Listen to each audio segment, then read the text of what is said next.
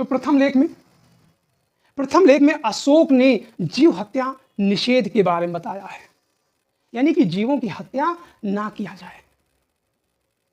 अब आप तो ये कहोगे कि अशोक की पाकशाला यानी जहाँ पर रसोई घर है, जिसको हम भोजनालय कहते हैं, वहाँ तो पशु मारे जाते हैं। तो इस संबंध में भी उसने अपनी सफाई दी है। अशोक क्या कहता है कि अशोक का प्रथम लेख क्या है, जीव हत्या निषेध पर आधारित है, यानी जीवों की हत्या ना की जाए। फिर अशोक कहता है कि मेरे राज्य में किसी को मारकर बलि ना दिया जाए। अब यहाँ पर अशोक ने बलि पर रोक लगा दी एक तरीके से। और आप सबको पता है कि इससे पहले पशुओं की बड़ी मात्रा में बलि दी जाती थी, और बड़ी मात्रा में बलि दी जाने के कारण, और बलि देने वाला कौन था, खासकर जानवरों की जो बलि दी जाती थी उसमें ब्राह्मण वर्ग था। और ब्राह्मण वर्ग का मानना था यदि पशुओं को काट कर हवन कुंड में डालते हैं तो ये जलेंगे, और जलेंगे तो कहाँ पहुंचेंगे, धुआं बनेंगे, और धुआं बन के कहाँ पर, अंतरिक्ष में यानी आकाश में पहुंचेंगे, सॉरी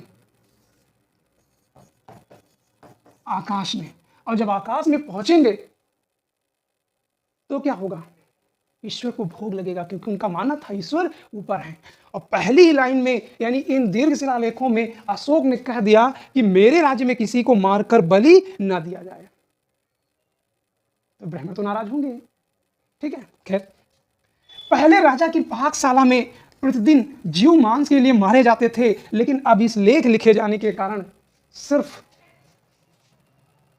3 पशु प्रतिदिन मारे जाएंगे, जिनमें से 2 मोर होंगे और 1 मृग होगा, लेकिन हमेशा मारे नहीं जाएंगे।